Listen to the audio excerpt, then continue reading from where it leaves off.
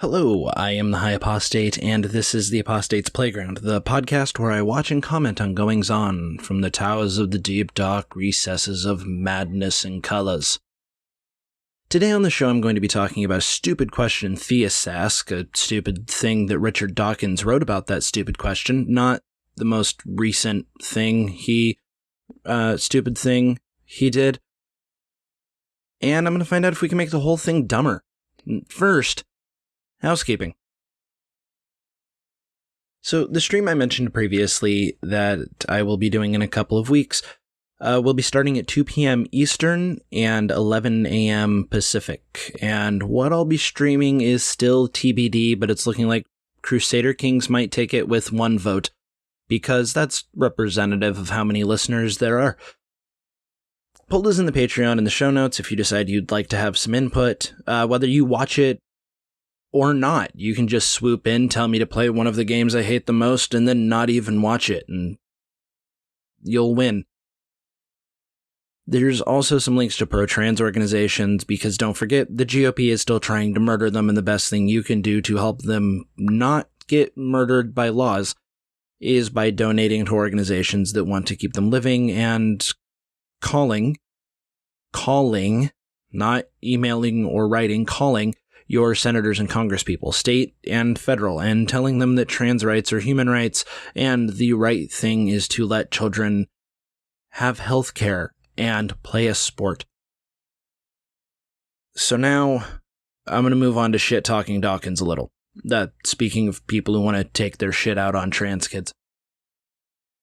So, in 1996, one Richard Dawkins was awarded an American Humanist Association Humanist of the Year award, something that I'm sure I will never receive, even though I'm a humanist who has existed in years, probably because something, who even is that guy. But, oh, wait, cancel culture, feminism, postmodernism, Marxism, trans people are coming for your rights to live unangered by shit you made up. Wait, no, that's what gets your cool awards taken away. This episode is related to that, but only peripherally. This episode is about the speech he gave when he was accepting that award. I've only read the transcript, and I read that because I read ahead in class, and I'll be reading it again because I read ahead in class, and reading and rereading about things that qualify as philosophy of religion is what you do when you engage with ideas in religion. In this speech, Dawkins makes it clear that he doesn't really want to engage with ideas in religion. He misunderstands philosophy. He seems to not be clear on what a good definition of religion would be. And overall, he really kind of makes me wonder what anybody saw in him. I'm leaving out a lot of the speech. I'm focusing in on just a few different parts, and I am playing a little fast and loose with how I'm representing it. This episode is just to wrap some sadness up in a little bit of fun. Don't take it too seriously.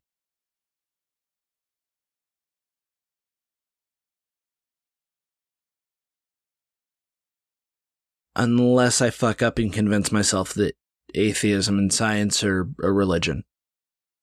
Ooh, mystery.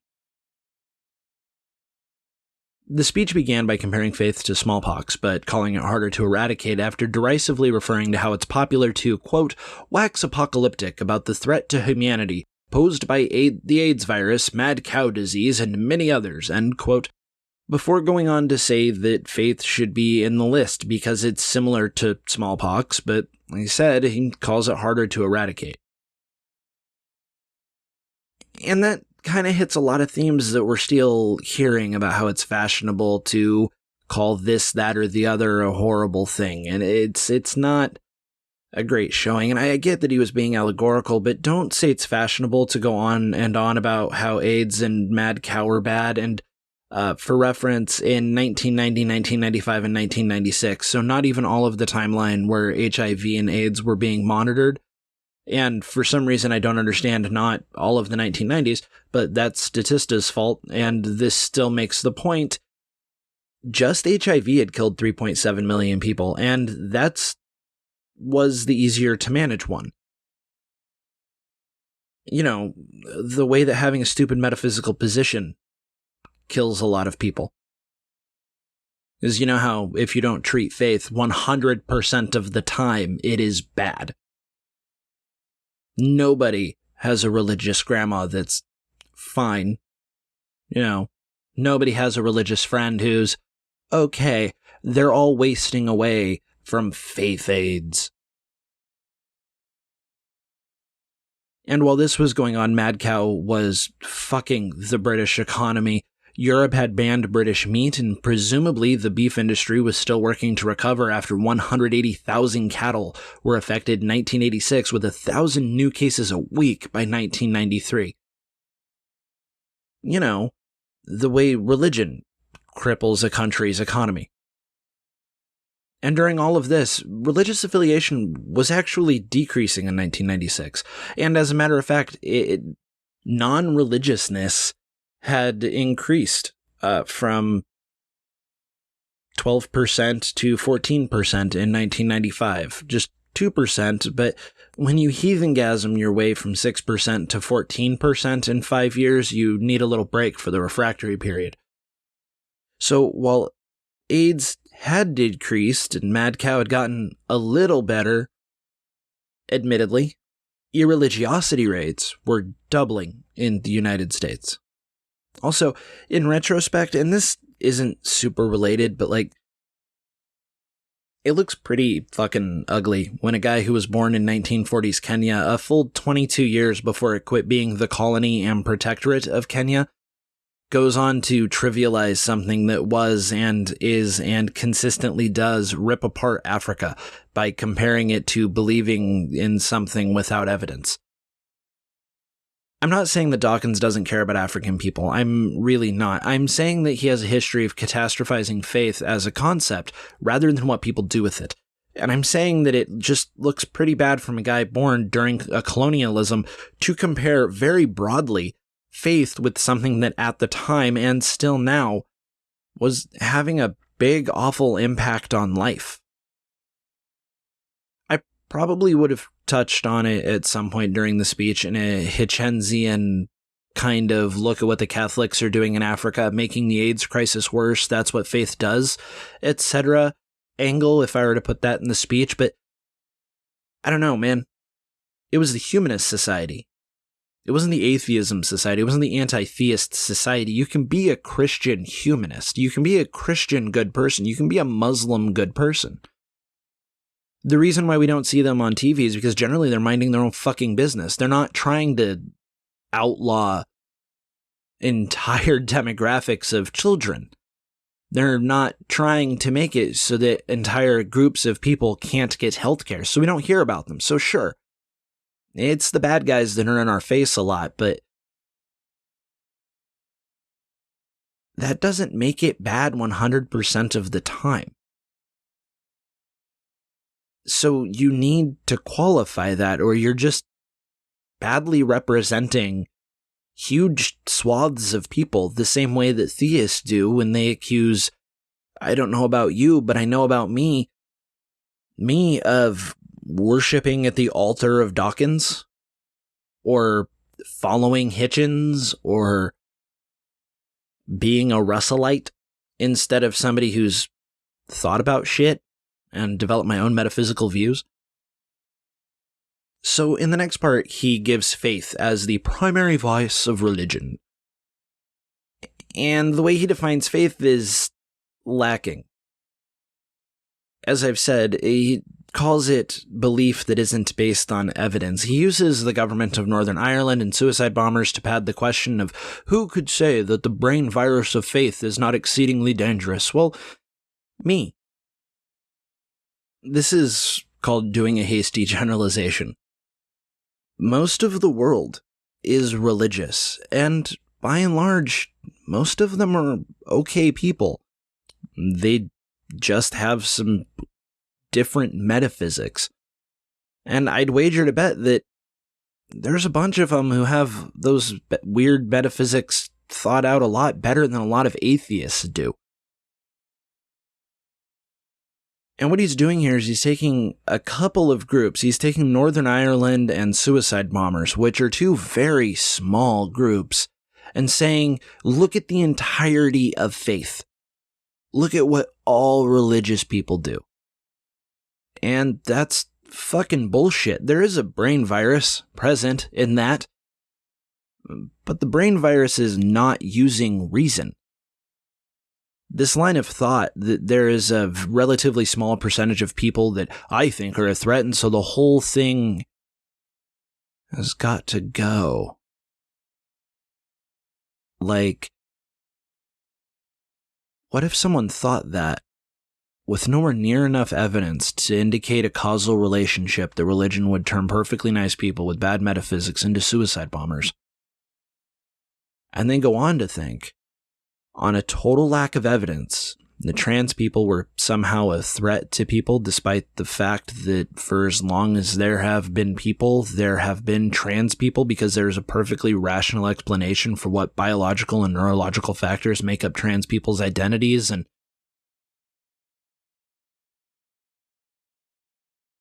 I mean, it would be bad if someone did that, right?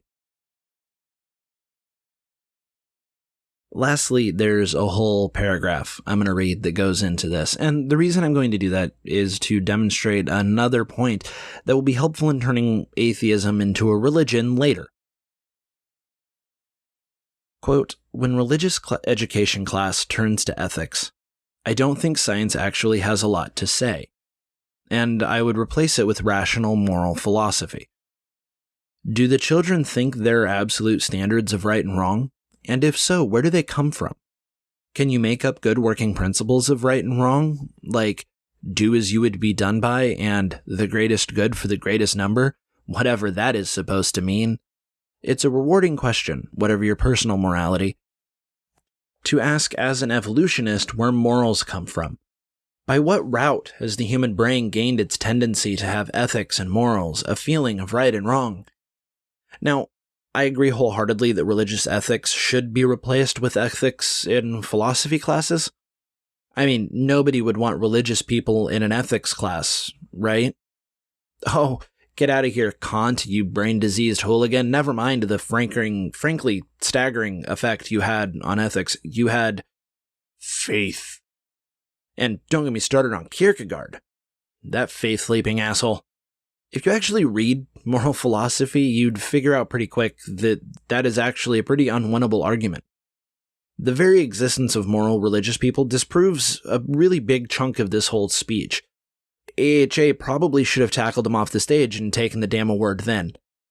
Oh, and whatever the greatest good for the greatest number is supposed to mean, it means utilitarianism. He probably would have been well served by reading some John Stuart Mill, that filthy deist. And it might seem unfair that I'm picking on a nearly 30-year-old speech, and it probably would be if not for the fact that he still very publicly holds these views. If not for the fact that he's gotten to the point where he should probably listen to episode 6 and see if he doesn't pick up on some, actual science about trans biology.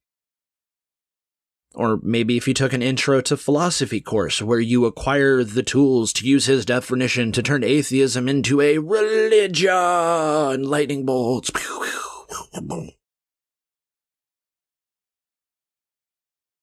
Now, of course, atheism isn't a religion. Dawkins gives a super immature and underdeveloped account of religion in this to draw from. He focuses so hard on faith that he leaves out all of the ecclesiastical and philosophical points that he's probably honestly not aware of. England, the UK, isn't a particularly religious place. He's probably missing out on a lot of the context involved in what it's like to be religious. But I can't expect a biologist who wipes his ass with philosophy to understand what it's like to be a religious person, never mind what it's like to be a bat.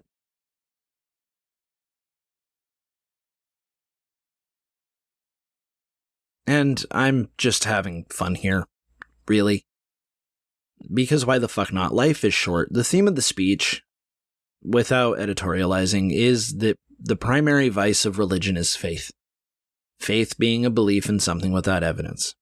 And I'm hitting that drum hard, but I just wanted to be clear, that is the thesis statement. That is, faith is the primary vice of religion, and that is bad. And in all of that, it seems reasonable to draw the conclusion that Dawkins, at least at the time, and I know we're all aware now, felt that faith was simply the belief of something without, I assume, empirical evidence. Dawkins says that he's a rationalist and a scientist, which is pretty weird to me because the way I understand those terms, somebody who's a scientist and a rationalist is just an imperialist, which is someone who thinks that the only way we can gain definite knowledge of the world is through our senses, which does count science. And if you don't believe me, do an experiment and read the results without any senses.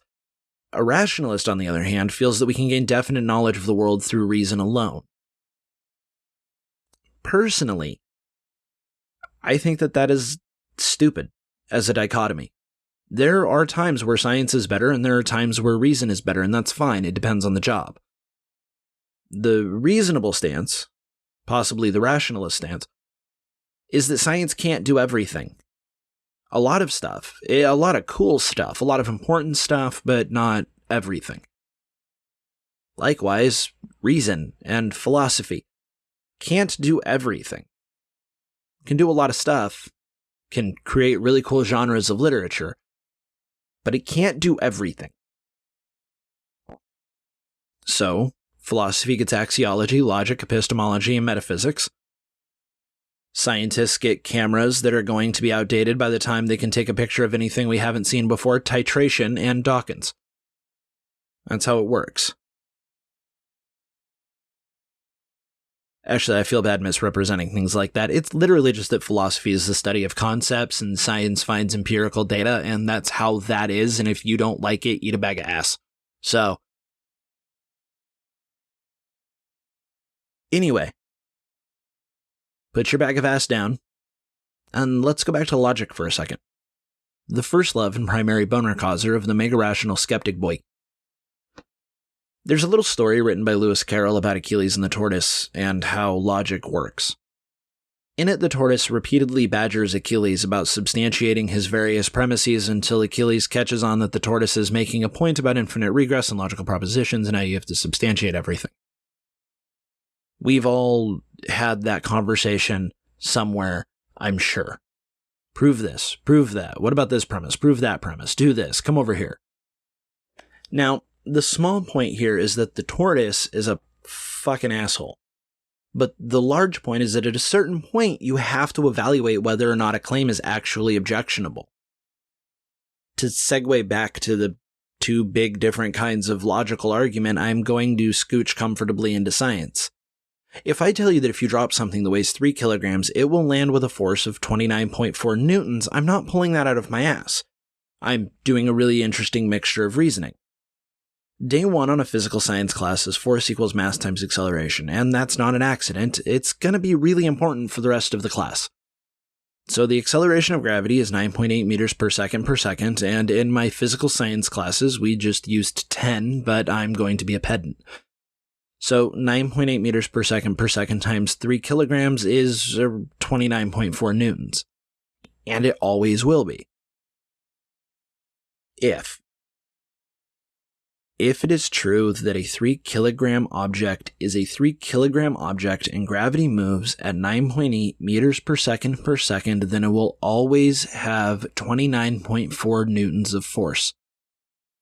That is deductive. Full stop. End of story. No questions. Except, what about that if? So this isn't going to blow anyone's mind, and I'm not starting a new flat Earth or whatever, because the Earth is obviously a Klein bottle. But the mass of the Earth actually does fluctuate. It goes up when we gather space dust and atmosphere stuff, and it goes down when we launch shit into space. But not enough to actually affect anything. Stay with me. Gravity is determined by the mass of two objects at a distance from their center. Expressed as force equals gravitational constant times mass of object 1 times mass of gravitational constant times mass of object 2. over the distance of between the objects squared. It's a little interesting that the center of Earth's gravity is shifting because of the movements of water and melting glaciers because we're fucking killing the planet. And so it could vary. Or with enough stuff going on in the very, very, very distant future, it could change the baseline altogether. That's because science, despite what some scientists and very rational boys like to pretend, isn't deductive. It's inductive. The math is deductive because if the premises, the values going into the equation, are true, the conclusion, the result of the equation, has to be. And if it's not, it means you fucked up. Now, while science does use a lot of math, the actual explanatory process of science, where you come up with a thing and ask a question and make an experiment, that's not deductive. That can be wrong. That can change. There can be some slight variations. Or over time, it can change entirely. Or science can be wrong entirely. Over the last year, how many times did we see the scientific community change what they were saying in light of new evidence? And that's good. That's what we want from science, but it did happen. Because it's inductive.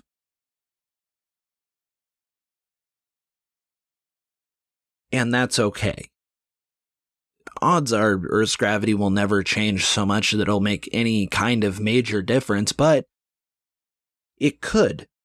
Just recently, the Earth's magnetic poles shifted, or magnetic field shifted, and it's probably not going to affect anything, but it shifted. We had to change what we knew about it.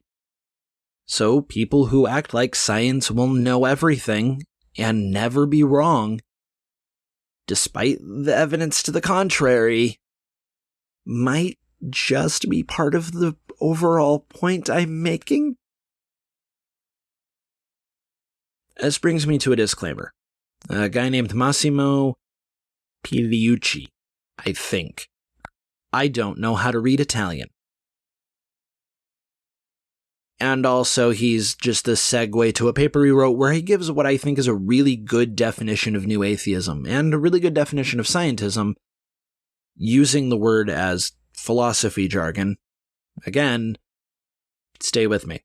So, Pigliucci is a philosopher and biologist. He has a PhD in philosophy of science from the University of Tennessee, a PhD in biology from the University of Connecticut, a doctorate in genetics from the University of Ferrara, and a bachelor's of science and master's degree in biological sciences from Sapienza University of Rome. So, he is a qualified expert in the field. In his paper, New Atheism and the Scientific Turn in the Atheism Movement, he defines New Atheism as having an extrinsic quality and an intrinsic quality that separates it from classical atheism. Which would be a point of contention if I knew him, because clearly the right name is Atheism Classic, and I will die on that hill like an asshole. Beyond these two things, though, there isn't really anything unique or special about New Atheism.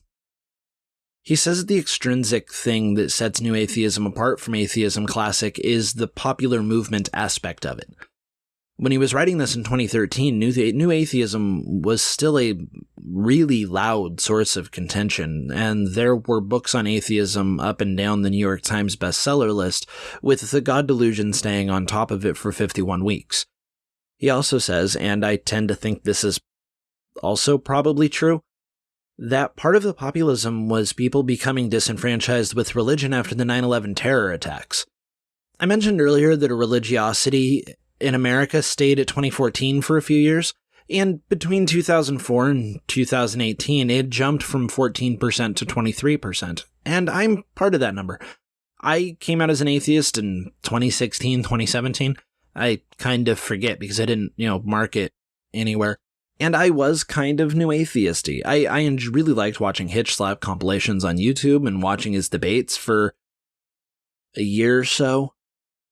I thought science could answer a lot of non-empirical questions for a year or so. And I sort of started falling out of it because it felt like it was just a popular thing. It wasn't about the ideas in the debates. And very frequently, the Horsemen didn't do a lot of actual exchanging of ideas. It was just kind of participating in speech-offs. And I don't have a lot of use for debate. I would prefer to read people's thought-out arguments carefully and respond to them carefully if I'm going to be exchanging ideas with someone, or listening to podcasts and going back and forth, but that's not as watchable. And it's not as catchy, so it doesn't lend itself to big movements. The intrinsic quality that Pigliucci talks about is the leaning on science as heavily as it does that has come up a couple of times. And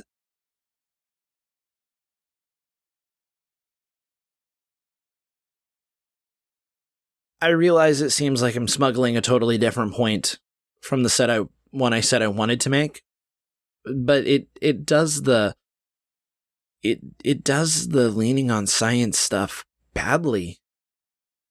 A lot.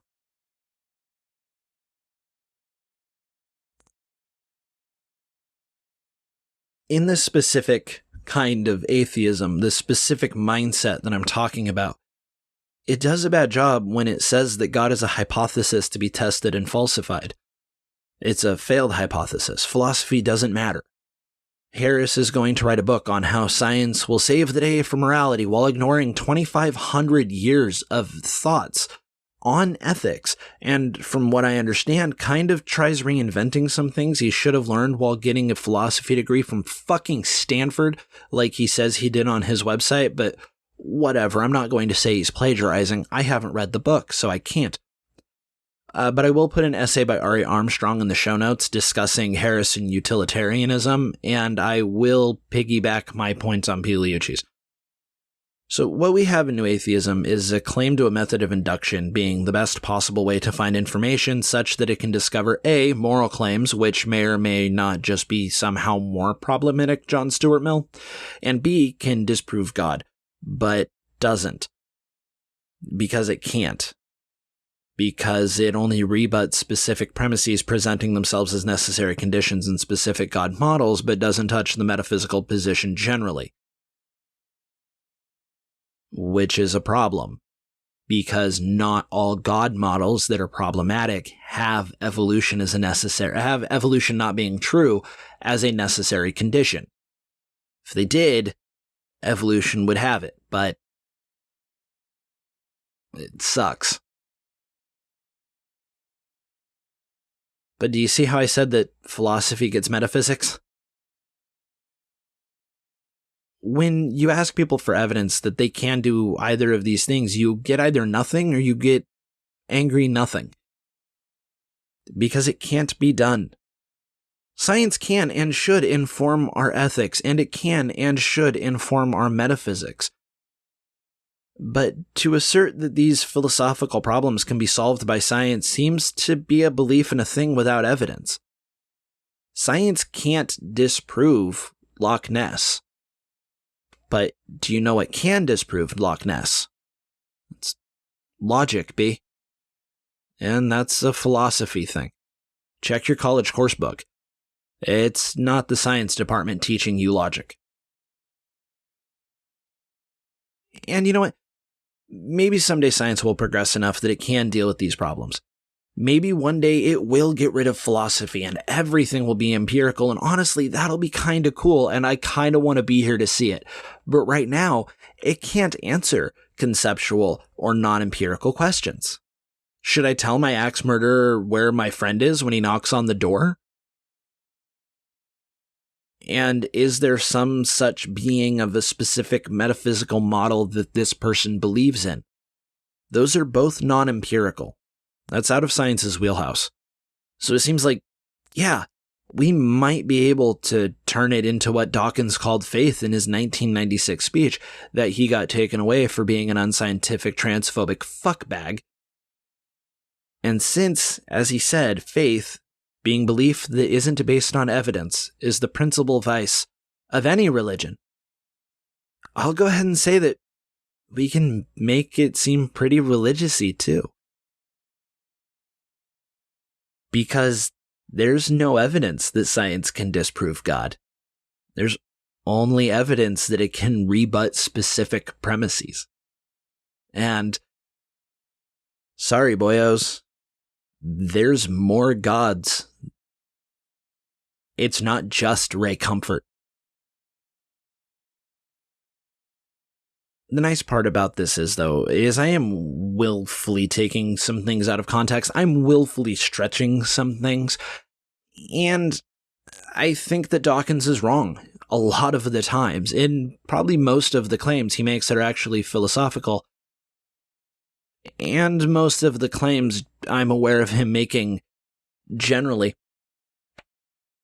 A pretty prominent atheist that I won't name because I don't know if they'd appreciate it asked for atheists to call out Dawkins a little less and worry about trans kids in America a little more. Because our state governments are working to ensure a rise of death. And probably not just by suicide, because these are all very fundamentalist states. And when I say our, I mean state governments in America.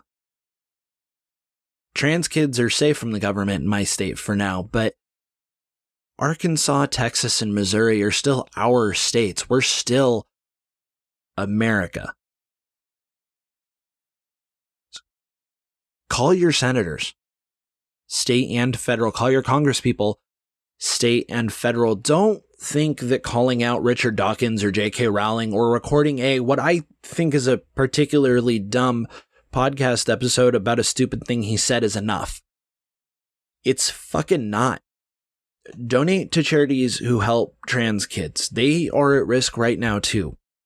Because as this goes on, trans kids will be needing them more. TheTrevorProject.org has been in operation for a long time with a mission statement that includes helping prevent LGBT youth suicide. They use volunteer labor and donations, and they could use your energy and money. The ACLU has pledged to fight anti-trans legislation, and I'm including articles about what's going on. And look, if you're listening to this, and if I said something that upset you about your favorite atheist hero, what I want you to do is I want you to take your feelings, write them down on a note card, crumple it up, and shove it up your ass.